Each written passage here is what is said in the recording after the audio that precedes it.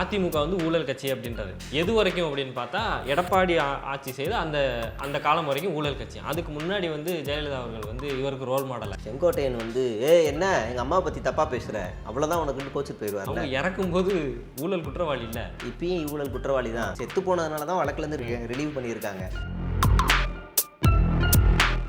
செங்கோட்டையன் மட்டும் யோகஸ்தரா நம்பர் 1 ஊழல்வாதி அவருமே உள்ளதா இருக்காரு. டிக்கெட்டு மிஷின்ல திருட்டுத்தனம் பண்ணவர், வாச்சாத்தியில கொலை பண்ண பார்த்தவர். ஜேசிடி பிரபாகரன் அவர் யாருன்னு நம்ம கேவலமா போயிடும். அதுக்கு அடுத்து ஆதவர்ஜுனா. ஆஹா, இந்தியா முழுவதுமே ஊழல் பண்ண ஒரு ஊழல்வாதியை பக்கத்துல உட்கார வச்சுக்கிட்டு நீ தமிழ்நாட்டில் ஊழல் பண்ண ஒழிக்க போறன்றியே, நீ எவ்வளவு பெரிய அயோக்கிய நாயா இருப்புன்னு பார்க்கணும். ஆதவர்ஜுனாவோட மாமனார் இருக்காருல்ல, அவருடைய மாமனார் நினைச்சாருன்னா ஒரு ஸ்டேட்டோட கடனே அடைக்க முடியும். நீங்க லாட்ரி வித்துனா லாட்ரிலாம் இன்னுமா இருக்குல்ல, இதெல்லாம் ஆன்லைன் லாட்ரியா மாறிடுச்சு. ஆன்லைன்ல நீங்க எம்பிஎல் அது இதுன்னு பாக்குறீங்கல்ல, அந்த மாதிரி ஆன்லைன் லாட்ரியா மாத்தி அவர் நிறைய சம்பாரிச்சுக்கிட்டு இருக்காரு. இந்த ரெட்டி கம்யூனிட்டி சேர்ந்த சுதாகர் ரெட்டின்ற ஒரு பாஜக அமைச்சருக்கு வாய்ஸ் ஆஃப் காமன் போய் வேலை பார்க்குது கர்நாடகாவில். இந்த வாய்ஸ் ஆஃப் காமன் எட்டியாரு ஆதவர்ஜுனா. சுட்டு தள்ளுவன்னவர் தான் அந்த ஆள்கிட்ட காசை வாங்கிட்டு அங்கே போய் வேலை பார்த்து தோத்து போயிட்டார். அவர் ஆதவர்ஜுனா வேலை பார்த்தா ஜெயிப்பார். திரும்ப இங்கே வந்து திமுகவில் சேர்ந்த பார்த்தாங்க, சகுனியாக இருக்கே இதுன்னு அடிச்சு விரட்டி விட்டாங்க. திரும்ப விசிகாவில் போயிட்டு குட்டையை கிளப்பினப்பில் ஆளை விட்டு கிளம்பிட்டாங்க. இப்போ இங்கே போய் தரிதரம் பிடிச்ச மாதிரி மாட்டிட்டு விஜய் தூக்கிட்டு போய் சிபிஐ கழுத்தில் மாட்டி விட்டு வந்துட்டாப்புல. அந்த மாதிரி தரிதரம் பிடிச்சவர் தான் இவர். இப்போ அவங்க எப்போவுமே யாரை தேடுறாங்கன்னா, வெளியிலேருந்து நமக்கு யாராவது ஒருத்தர் பேச மாட்டாங்களா, உடனே அவங்கள உள்ள தூக்கி போட்டுருணும், அப்புறம் அவங்க தூக்கி பழைய பீஸாக்கி உள்ள உட்காரிச்சிடணும். அவ்வளோதான் அவங்க மோட்டிவ், வேறு எதுவுமே அவங்களுக்கு கிடையாது. கூச்சமே இல்லாமல் என்னைக்கிட்ட மறுபடியும் என்கிட்ட வந்து கேட்குறாங்க, நீ வந்து கட்சிக்குள்ளே வந்து தாவேக்காவும் காங்கிரஸும் கூட்டணி சேருன்னு ஒரு நெரேட்டிவ் செட் பண்ணுன்னு என்கிட்ட கேட்குறேன் ஒருத்தன். நான் சொன்னேன், இந்த மாமா வேலைக்கு நாட்டுக்கிட்டு செத்து போயிடுவேன். This video is presented by BMC. Desktop and laptops for your office at wholesale price. All in one place. FT Politics நேயர்களுக்கு வணக்கம். இன்றைக்கி நம்ம கூட பேசுகிறதுக்கு சேகவரா சார் தான் இருக்காங்க. வாங்க பேசலாம். சார் வணக்கம். வணக்கம் பிரதர். அதிமுக வந்து ஊழல் கட்சி அப்படின்றாரு. எது வரைக்கும் அப்படின்னு பார்த்தா எடப்பாடி ஆட்சி செய்து அந்த அந்த காலம் வரைக்கும் ஊழல் கட்சி. அதுக்கு முன்னாடி வந்து ஜெயலலிதா அவர்கள் வந்து இவருக்கு ரோல் மாடல். செங்கோட்டையன் கோச்சுப்பார்ல, செங்கோட்டையன் வந்து என்ன எங்கள் அம்மா பற்றி தப்பாக பேசுகிற அவ்வளோதான் உனக்கு கோச்சிட்டு போயிடுவார். அவங்க இறக்கும்போது ஊழல் குற்றவாளி இல்லை, இப்பயும் ஊழல் குற்றவாளி தான். செத்து போனதுனால தான் வழக்குலேருந்து ரிலீவ் பண்ணியிருக்காங்க. இன்கேஸ் அவங்க உயிரோடு இருந்தாங்கன்னா அவங்க தான் A1. அவங்க வந்து அவங்க குற்றம் சாட்டலை, அவங்க வந்து சொத்து மதிப்பெல்லாம் இது பண்ணலை, அதனால் அவங்கள ரிலீஸ் பண்ணுறோம், இந்த வழக்குலேருந்து விடுவிக்கிறோம் அப்படிலாம் சொல்லலை. உயிரோட இல்லை, அவங்கள வச்சுட்டு என்ன பண்ண முடியும்? அடுத்தடுத்து இருக்கவங்களாம் கேஸில் இருக்காங்க. இன்னும் சின்னம்மா இருக்குது, அப்புறம் இன்னொரு தீபா இருக்காங்களா, தீபாவா இன்னொருத்தர் யாரோ ஒருத்தவங்க இருக்காங்க, எல்லாருமே இருக்காங்க. நீங்கள் செங்கோட்டையன் மட்டும் யோகஸ்தரா நம்பர் 1 ஊழல்வாதி அவருமே உள்ளதாக இருக்கார். டிக்கெட்டு மிஷினில் திருட்டுத்தனம் பண்ணவர், வாச்சாத்தியில் கொலை பண்ண பார்த்தவர், எல்லாரையும் மறைக்க பார்த்தவர். அப்போ எல்லா ஊழலுக்கு அடிப்படையாக இருக்கிற ஒரு ஆளை வந்து உட்கார வச்சுக்கிட்டு நீங்கள் வந்து ஊழலை ஒழிப்பேங்கிறீங்க. அடுத்து ஜேசிடி பிரபாகரன் அவர் யாருன்னு நம்ம கேவலமாக போயிடும். அதுக்கு அடுத்து ஆதவர்ஜுனா. ஆஹா, இந்தியா முழுவதுமே ஊழல் பண்ண ஒரு ஊழல்வாதியை பக்கத்தில் உட்கார வச்சுக்கிட்டு நீ தமிழ்நாட்டில் ஊழல் பண்ண ஒழிக்க போகிறன்றியே, நீ எவ்வளோ பெரிய அயோக்கிய நாயாக இருப்புன்னு பார்க்கணும். அப்போ நீங்கள் வந்து ஆதவர்ஜுனாவோட மாமனார் இருக்கார்ல, அவருடைய மாமனார் நினச்சாருன்னா ஒரு ஸ்டேட்டோட கடனே அடைக்க முடியும். அவர் ஃபண்டு பண்ணாத கட்சியே கிடையாது. இல்லை, எல்லா கட்சிக்கும் ஸ்டேட்டுக்குள்ளே இப்போ தமிழ்நாட்டுக்குள்ளே திமுகன்னு ஒரு கட்சி இருக்குல்ல, அதிமுகன்னு ஒரு கட்சி இருக்குல்ல, இந்த மாதிரி அதிமுகன்னு இங்கே ஒரு கட்சி இருக்குன்னு மற்ற மாநிலங்களில் யாருக்கும் தெரியாது, திமுகன்னு ஒரு கட்சி இருக்குன்னு யாருக்கும் தெரியாது. இந்த கட்சியிலேருந்து தான் வந்திருக்காங்க. அந்த மாதிரி நமக்கு அங்கே ஒரு சில மாநிலங்களில் ஒரு கட்சி இருக்கும். ஓவைசின்னு ஒன்று இருக்கும். இவர் பீகாரில் தோற்று போனார்ல, அவரோட கட்சியாக இருக்கும். பகுஜன் சமாஜ்னு ஒரு கட்சி இருக்கும். இதெல்லாம் நமக்கு பெருசாக தெரியாது. ஆனால் அந்த கட்சிகளுக்கு கூட இவர் ஃபண்டு கொடுத்துருக்காரு. நீங்கள் லாட்ரி வித்துனா லாட்ரிலாம் இன்னுமா இருக்குல்ல, இதெல்லாம் ஆன்லைன் லாட்ரியாக மாறிடுச்சு. ஆன்லைனில் நீங்கள் எம்பிஎல் அது இதுன்னு பார்க்குறீங்கல்ல, அந்த மாதிரி ஆன்லைன் லாட்ரியாக மாற்றி அவர் நிறைய சம்பாரிச்சுக்கிட்டு இருக்காரு. அப்படி சம்பாரித்த பணத்தில் நல்லா செல்வ செழிப்பாக வளர்ந்த ஒருத்தர் எப்படி வந்தாருங்க அப்படின்னா அதுக்கு தனியாகவே நான் ஒரு இன்வெஸ்டிகேட்டிவ் வீடியோ எடுத்து போட்டிருக்கேன். அதை ஒரிஜினலுக்கே தனியாக போட்டிருக்கேன். அவர் வந்து நான் வந்து சின்ன வயசுலேயே நான் வந்து நக்சல் ஆகணும்னு ஆசை, நக்சலாக இருந்தால் நான் அரசியல்வாதிகளாம் சுட்டு தள்ளி கிழிச்சிருப்பேன் அப்படின்னாப்புல. இந்த நக்சல் பிரிவுகளில் முதன்னு சொல்ல முடியாது, குறிப்பாக ரெட்டி கம்யூனிட்டிக்கு எதிராக தான் இந்த நக்சல் பாரிகள் அதிகமாக வந்தாங்க. இந்த ரெட்டி கம்யூனிட்டி சேர்ந்த சுதாகர் ரெட்டின்ற ஒரு பாஜக அமைச்சருக்கு வாய்ஸ் ஆஃப் காமன் போய் வேலை பார்க்குது கர்நாடகாவில் போய் அந்த வாய்ஸ் ஆஃப் காமன் கெட்டு யார் ஆதவர்ஜுனா சுட்டு தள்ளுவன்னவர் தான் அந்த ஆள்கிட்ட காசை வாங்கிட்டு அங்கே போய் வேலை பார்த்து தோற்று போயிட்டார். அவர் ஆதவர்ஜுனா வேலை பார்த்தா ஜெயிப்பாரா? தோற்று போயிட்டார். அங்கே தோற்று போனதுக்கப்புறம் நீ ஆளை விட்றா ஏமிராவை ஏஞ்சு அப்படின்னு அடிச்சு விரட்டி விட்டுனோடனே திரும்ப இங்கே வந்து திமுகவில் சேர்ந்தார். பார்த்தாங்க சகுனியாக இருக்கே இதுன்னு அடித்து விரட்டி விட்டாங்க. இங்கே எம்பி சீட்டு வாங்குற மாதிரி சீனை போட்டு அங்கே போய் குட்டையை குழப்புறதுன்னு அமுச்சு விட்டாங்க. திரும்ப விசிகாவில் போயிட்டு குட்டையை குழப்பினாப்புல ஆளை விட்டு கிளம்புட்டாங்க. இப்போ இங்கே போய் தரித்திரம் பிடிச்ச மாதிரி மாட்டிட்டு விஜயை தூக்கிட்டு போய் சிபிஐ கழுத்தில் மாட்டி விட்டு வந்துட்டாப்புல. அந்த மாதிரி தரித்திரம் பிடிச்சவர் தான் இவர் ஊழலை ஒழிக்கிறத பற்றி இவர் பேசுகிறாரு. இவர் போய் பாஜகவுக்கு வேலை பார்த்துட்டு திமுகவுக்கு வேலை பார்த்துட்டு இங்கே வந்து எல்லாரையும் ஒழிக்கிறேன்றாரு. வளர்த்து விட்டுட்டு நீ என்ன செய்ய போகிற? நீ நல்லா வளர்ந்துட்ட, ஆளையும் வளர்த்து விட்ட, இன்னைக்கு வந்து நான் ஒழிக்க போகிறேன்னு வந்து சீனை போடுறேன். இவரை வந்து பக்கத்தில் வச்சுருக்காரு. அடுத்ததான் நம்ம சிடிஆர் நிர்மல்குமார் வருவோம். என்ன வேலைக்கு பக்கா ஆர்எஸ்எஸ் என்ன வேலைக்கு போகிறாரு, என்ன செய்கிறாரு? இதோட 3 கட்சி மாறிட்டாப்புல. இவரை வந்து அது எங்கேருந்து வந்தார்? இவங்க சொல்கிற பாசிசத்துலேருந்து வந்தவர். இப்போ இவர் அந்த ஐடியாலஜியை தூக்கி போட்டுருவாரா? ஐடியாலஜி தூக்கி போட்டுருவாரா? கடவுள் நம்பிக்கையிலேருந்து எல்லாத்தையும் தூக்கி போட்டுருவாரா? நீ வந்து இந்த உன்னோட கொள்கையெல்லாம் வேறல, மதம் ஜாதி மத அப்பாற்பட்டதுன்னு சொல்கிற வருவாரா? வரமாட்டார். இப்படி யாருமே அவங்க கொள்கை கோட்பட்டவங்கள யாருமே கிடையாது. நீங்கள் வந்து இவங்க கட்சிக்குள்ளே ஒரு ஆளை எடுக்கிறாங்க அப்படின்னா புது வண்டியை வந்து வாங்கணுன்னா புதுசாக நல்லா தொடச்சி பக்காவாக வச்சுருப்போம் 1 வாரத்துக்கு. அதுக்கப்புறமா அடுத்த வாரம் திங்கக்கிழமை வேலைக்கு போகும்போது காக்கா போய் பெயிண்ட் வச்சுருக்கோம். பார்த்துக்கலாம், சாயங்காலம் துடைக்கலான்னு விட்டுருவோம். திரும்ப சாயங்காலம் இன்னொரு காக்கா பெயிண்ட் வச்சுருக்கோம். சரி சார், ஞாயிற்றுக்கிழமை ஒரேடியாக தொடச்சிருவோன்னு விட்டுருவோம். அடுத்த ஞாயிற்றுக்கிழமை பார்த்தா வண்டி ஃபுல்லாக பெயிண்ட் வச்சுருக்கோம். சரி லைட்டாக தொடச்சிட்டு போனால் அப்படியே பெயிண்ட் இதோட வண்டியை ஓட்டிக்கிட்டு நம்ம ஓட்டுவோம். இது இயல்பு. அப்படி தான் செங்கோட்டையனும் வந்த புதுசில் ஜெயலலிதா ஃபோட்டோ ஐயோ வைங்க அப்படி பட்டுனேன். அடுத்து கொஞ்ச நாள் கழித்து மறுபடியும் ஏதாவது ஐயோ ஆனால் கோச்சரி அது புஷியை விட நீங்கள் தான் மெயின் அப்படின்னு 1 வாரம் பண்ணாங்க. இப்போ செங்கோட்டையன் வந்து மேலே ஏறி நான் வந்து விசில் அடிக்காதீங்க, தூங்குறோம் காதில் விசில் அடிக்காதீங்க அப்படின்னா ஒரு மாவட்ட செயலர் வந்து அப்படி தான் அடிப்பேன். நீ எம்ஜிஆர் காலத்தில் இருந்தில்ல, பெரியார் காலத்தில் இருந்தாலும் சரி அப்படி தான் அடிப்பேன். அவ்வளோதான், பழைய வண்டி ஆகிட்டு அடிப்பேன். அதே தான் நாஞ்சில் சம்பத்து வந்த புதுசில் எப்படி தூக்கி கொண்டாடினாங்க. இப்போ எங்கே இருக்காரு, என்ன பண்ணுற? ராஜ்மோகன் சீரியஸாகவே எனக்கு ரொம்ப கஷ்டமாக இருக்குது. ராஜ்மோகன் என்ன பார்க்கும்போது இந்த ரிப்போர்ட்னு ஒரு சேனல் ஆரம்பித்தார். அது மூலிமா சம்பாதிக்கலாம்னு நினச்சார். ஏண்டா 50 கோடி 50% வாக்கு வங்கி வச்சுருக்கீங்கன்னு சொல்கிறீங்க, அவர் சேனலை பார்க்க மாட்டீங்களா? வியூஸே போக மாட்டேங்குது. 40லேருந்து 50 ஆயிடுச்சு. அப்போ ஆமாம் 50% ஆயிடுச்சு. 50 ஆயிடுச்சு. வியூஸ் போக மாட்டேங்குது. ரொம்ப வருத்தமாக இருக்கார். அவரையும் மதிக்கிறதில்ல. நீ மாதத்துக்கு ஒரு ஷோ வரும், ஆங்கரிங் பண்ணு, அவ்வளோதான் வேலை, உட்காரு, அவ்வளோதான். அடுத்ததாக வேறு யார்? நம்ம ஃபெலிக்ஸ் அண்ணன். அவரோட வியூஸும் வீடியோஸும் போய் பார்த்தா அவர் கட்சிக்குள்ளே சேராத முன்னாடி அவர் நடுநிலைவாதி, எப்படி நமக்காக பேசுகிறாரு, ஆகான்னு வியூஸ் பிச்சுக்கிட்டு போச்சு. இப்போ போக மாட்டேங்குது. முன்னையாவது எந்த கட்சிக்கும் பக்க சார்பு இல்லாமல் இயங்கிக்கிட்டு இருக்கோன்னு ஒரு வண்டியை விட்டாது போட முடியும். இப்போ அதுவும் பண்ண முடியலை. கியூஆர் கோடெலாம் போட்டார். இப்போ அதையும் பண்ண முடியலை. ரொம்ப கஷ்டமான நிலைமை போயிடுச்சு.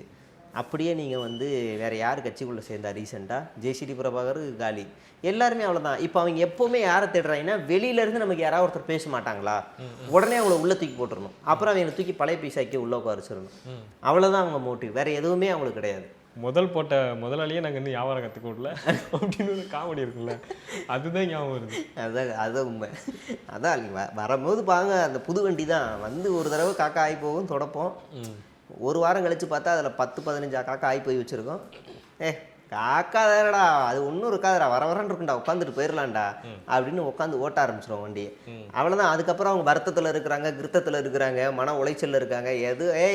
இருந்தால் நீ இரு ஓரமாக இருன்னு அவங்களுக்கு தேவையான மாதம் 50-20 அது பாட்டுக்கு நாஞ்சில் சம்பத்துக்கெல்லாம் அப்பப்போ வந்து அவரோட வாட்ஸ்அப் நம்பர் இருந்து என்னென்னா அப்பப்போ வாட்ஸ்அப்பில் ஸ்டோரி வைப்பார். நான் அந்த டிபேட் போனேன், இந்த டிபேட் போனேன், அந்த சேனலில் பேசினேன் அப்படின்னு வைப்பார். இப்போல்லாம் வந்து பாருங்கள் ஓடுது அந்த வாட்ஸ்அப் ஸ்டேட்டஸ், கான்ட்ராக்டே வர மாட்டேங்குது. அந்த மாதிரி நிலைமைக்கு உள்ளே தள்ளாக்கி விட்டாங்க. அந்த மாதிரி ஒரு பிரச்சனையை வச்சுக்கிட்டு என்ன செய்கிறது? கூச்சமே இல்லாமல் என்னைக்கிட்ட மறுபடியும் என்கிட்ட வந்து கேட்குறாங்க, நீ வந்து கட்சிக்குள்ளே வந்து தாவேக்காவும் காங்கிரஸும் கூட்டணி சேருன்னு ஒரு நெரேட்டிவ் செட் பண்ணுன்னு என்கிட்ட கேட்குறான் ஒருத்தன். நான் சொன்னேன், இந்த மாமா வேலைக்கு நாட்டுக்கிட்டு செத்து போயிடுவேன் அப்படின்னு. ஒன்று என்ன அங்கே இன்னும் இப்படிலாம் பேசுகிறீங்க, ஏதோ ஃப்ரெண்டோட ஃப்ரெண்டுன்னு பேசினா அப்படி தான் பேசுவேன். நீ ஃப்ரெண்டோட ஃப்ரெண்டாக ஃப்ரெண்டு மாதிரி பேசணும், மாமா வேலை பார்க்க வச்சா அப்படி தான்டா கேட்பேன், அப்படி தான் பேசுவேன். இந்த மாமா வேலை பார்க்குறதுக்கு நாட்டுக்கு சாவேன் அப்படின்னு. காங்கிரஸ் உன் கூட வருதுன்னா வரலன்னா எனக்கு என்ன, வந்தால் அவங்களையும் சேர்த்து திட்டுவேன், வரலன்னா அவங்கள மெச்சுக்குவேன், அவ்வளோதான். நான் வர வைக்கிறதுக்கு நான் ஏன் உனக்கு வேலை பார்க்கணும் அப்படின்னா ஓகே பிரதர் ஓகே ஓகே வச்சுருங்க அப்படின்னு வச்சுருங்க. என்னையும் பேசுகிறாங்க, சரி என் கூட இருக்கவங்களே எதாவது பேசுகிறாங்கன்னா எல்லாருக்கும் கால் போயிட்டு தான் இருக்குது, ரெகுலராக போகுது. அதனால தான் நான் ஹனி ட்ராப் லீக் பண்ணி விட்டேன். அதில் தான் லீக் ரொம்ப ட்ரிகர் ஆகி இவன் பர்சனலாக அட்டாக் பண்ணுறது, எல்லாத்தையுமே வந்து நோண்டி விட்றது, இது எல்லாருமே செய்கிறானுங்க. நீ என்ன நோண்டினா நான் சைலண்ட்லாம் ஆக மாட்டேன், தட்ட வளர்ந்துக்கிட்டே இருப்பேன். எனக்கு என்ன ஜாலியாக இருக்கு உங்க கூட விளாட்றது, பொழுதுபோக மாட்டேங்குது. நீங்கள் திடீர்னு சைலண்ட் ஆகிட்டீங்கன்னா நான் வந்து ஒரு மாதிரி ஆயிடுவேன். தயவுசெய்து அப்படி சைலண்ட் ஆயிடாதீங்க, ஜாலியாக சண்டை போடுங்க, அப்படி ஜாலியாக விளையாடலாம், வாங்க போய் பேசுவோம். அவங்களுக்கு என்னென்னா நம்ம ஏஜில் ஒருத்தர் நம்ம சைடு இல்லையே, வயசானவங்களாம் நம்மளை அடிக்கிறாங்கன்னா ஓகே, நம்ம ஏஜில் இருந்துட்டு இவன் என்ன நம்ம சைடு வரமாட்டான், அதுவும் அவன் சைடில் ஒரு 4-5 பேரை வச்சுக்கிட்டு பண்ணுறான், இவனை எப்படியா தூக்கணும் அப்படின்னு பேசுகிறானுங்க. நீ என்ன வேணாலும் நீ என்னை பர்சனலாக அட்டாக் பண்ண நான் இன்னும் எக்ஸ்ட்ரீமாக போயிட்டே இருப்பேன். எனக்கு ரொம்ப இன்னைக்கு வரைக்கும் நான் இப்போ விஜயோட பர்சனல் அட்டாக்லாம் நான் தொட்டது கிடையாது. அதிகாரத்தில் இருக்கவங்களோட யாரோட பர்சனல் அட்டாக்ஸும் நான் கட்சியில் அஃபிஷியலாக இருக்கவங்களதெல்லாம் பர்சனலாக தொட்டதில்லை. அவங்க எவ்வளோ ஊழல் பண்ணுறாங்கன்னு சொல்லுவேன், குடும்ப லாபி பண்ணுறாங்கன்னு சொல்லுவேன், அவ்வளோதான். அவன் ஒய்ஃபு இவன் ஒய்ஃபு இதெல்லாம் இந்த அளவுலாம் சீப்லாம் நான் பண்ணது பேசவும் மாட்டேன். அது வந்தாலும் தட்டி விட்ருவேன், இதெல்லாம் தேவையில்லாது, நான் அதெல்லாம் தட்டி விட்ருவேன். ஆனால் அதை வச்சு கிரிமினலாக ஏதாவது ரூட்டு மாதிரி ஏதாவது வந்துச்சுனாலும் பேசுவேன், இதெல்லாம் பர்சனலில் வராது. இதெல்லாம் வந்துச்சுன்னா நான் பேசிடுவேன். ஆனால் நீ வந்து என்னை வந்து வேறு மாதிரி ட்ரீட் பண்ண அப்படின்னா கீழே இருக்கவனுங்க அந்த சோவில் ஒரு பேரில் ஐடியில் வரானுங்களே, மூஞ்சை மறைச்சிக்கிட்டு விஜய் பேரில் வரானுங்களே, அவனுங்க எல்லாரையுமே லீக் பண்ணி விட்டேன்னா விஜய்க்கு தான் அசிங்கம். நீங்கள் நினச்சிங்கன்னா இந்த கூட்டத்தை நீங்கள் தான் கண்ட்ரோல் பண்ணணும். உங்களால் முடியலன்னா நான் கண்ட்ரோல் பண்ணுற வரைக்கும் நான் ஓடிக்கிட்டே அடிச்சுக்கிட்டே இருப்பேன். என்கிட்ட அவ்வளோ இருக்குது. தேர்தல் வந்ததுக்கப்புறம் நான் சைலண்ட் ஆயிடும்னு வச்சுக்கோங்களேன். தேர்தல் முடிஞ்சதுக்கப்புறம் இதுக்கப்புறம் நீ என்ன செய்ய போகிறேன்னு செஞ்சுக்க அமைதியாக இருப்பேன். ஆனால் கொஞ்ச நாள் ஜாலியாக சிரிச்சுக்கிட்டு ஆடுவேன்னு வச்சுக்கோங்க. எனக்கு இப்போ நீ இந்தியா கூட்டணி தோத்தாலும் ஜெயிச்சாலும் எனக்கு என்ன கவலை, என் வண்டி ஓடும், நான் பாட்டுக்கு ஜாலியாக தான் ஓடுவேன், எனக்கு எந்த பிரச்சனையும் கிடையாது. நான் ஆதரவு அவ்வளோதான், இந்த தேர்தல் நிலைப்பாட்டில் என்னோட ஆதரவு அவ்வளோதான். மற்றபடி எனக்கு பிடிச்சவங்க ஒரு 30,000 பேர் வந்துட்டாங்க, ஒரு 2 வீடியோ போட்டால் பார்க்குறாங்க, ஓகே அவ்வளோதான். சேனலை முடிச்சு விடுவியா, இன்னொரு சேனல் முடிச்சு விடுவியா, இன்னொரு சேனல் வந்துக்கிட்டே இருப்பேன் ராஜா. எனக்கு பல சர்க்கிள்ஸ் இருக்குது. நான் அவங்கள வச்சு இந்த மாதிரி ஒரு பையன் சேனல் ஆரம்பிச்சிருக்கான், சப்ஸ்கிரைப் பண்ணுவாங்கன்னா இதில் வந்துட்டு அந்த சப்ஸ்கிரைப் பண்ணுறேன்னு வந்துடுவாங்க. ரொம்ப ஜாலியாக விளையாடிக்கிட்டே இருப்பேன். அதனால் நீ என்ன வேணாலும் பண்ணிக்க, நம்ம வந்து விளையாடிட்டே இருக்கலாம்னு நானும் ஒரு முடிவோடு தான் இறங்கி அடிக்கிறேன். அது தொடரும்.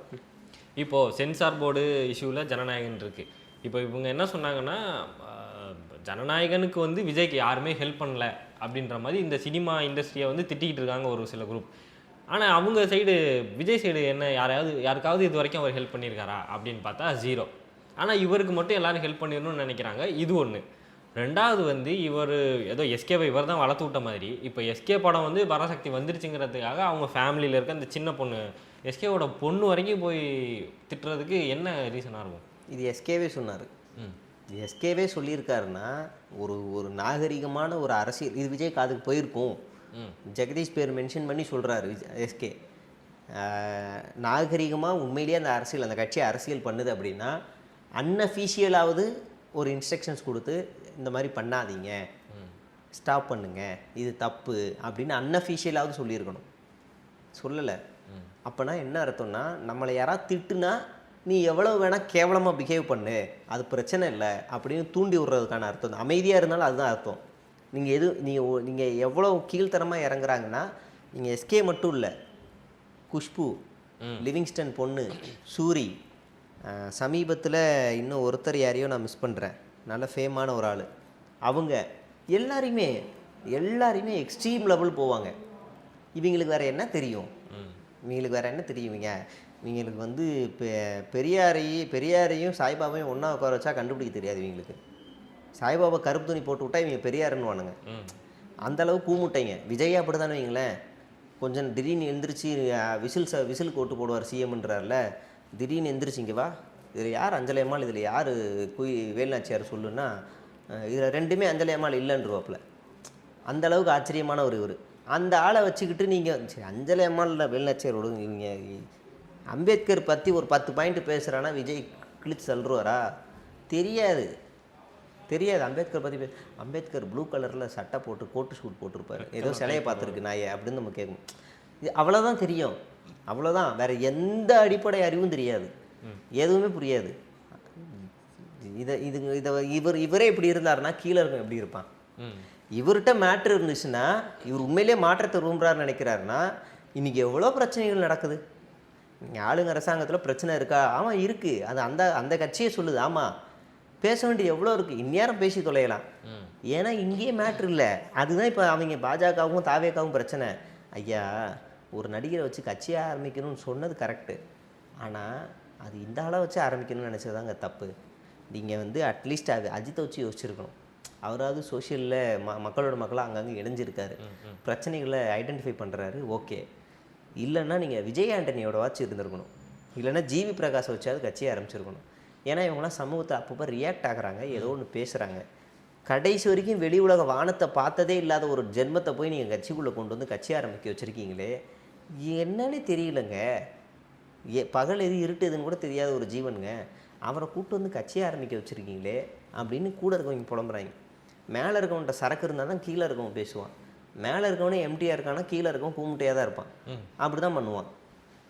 இவங்களை நம்பி முற்போக்கு சிந்தனையில் வந்த தாவேக்கா தொண்டர்கள் எல்லாருமே திக்கு தெரியாமல் திசை தெரியாமல் இருக்காங்க. தேவையில்லாமல் இந்த கட்சிக்குள்ளே வந்து தாலி அறுத்து மாட்டிக்கிட்டீங்க. சத்தியம் பண்ணி சொல்கிறேன், எலெக்ஷன் முடிஞ்சதுக்கு அப்புறமா எத்தனை தலை இங்கேருந்து வெளியில் போகுதுன்னு மட்டும் பாருங்கள். எலெக்ஷன் முடிஞ்ச உடனே ஒரு முக்கியமான தலை வெளியில் ஓட போகுது. என்கிட்ட பர்சனலாக சொன்னது, அப்பா நீ எலெக்ஷன் வரைக்கும் தான்ப்பா, அதுக்கப்புறம் தயவு செய்து ஜெயிச்சாலும் ஜெயிக்கலனாலும் இந்த கட்சியில் இனிமேல் மாரடிக்க முடியாதா சாமி, ஆளை விடுங்கடா. நான் ஒரு 4 பட்டிமன்றத்துக்கு போனால் கூட நான் 1 லட்சம் சம்பாரிச்சிட்டு நிம்மதியாக வீட்டில் இருப்பேன்.